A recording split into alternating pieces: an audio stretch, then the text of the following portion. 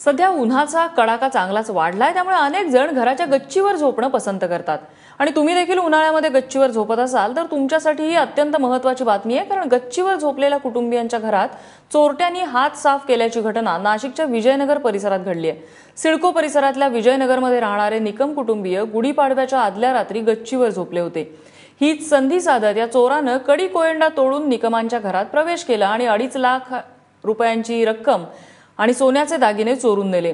दुसऱ्या दिवशी सकाळी दूधवाला आल्यानंतर चोरी झाल्याचं उघड झालं। या प्रकरणी अंबड पोलीस ठाण्यामध्ये गुन्हा दाखल करण्यात आला आहे।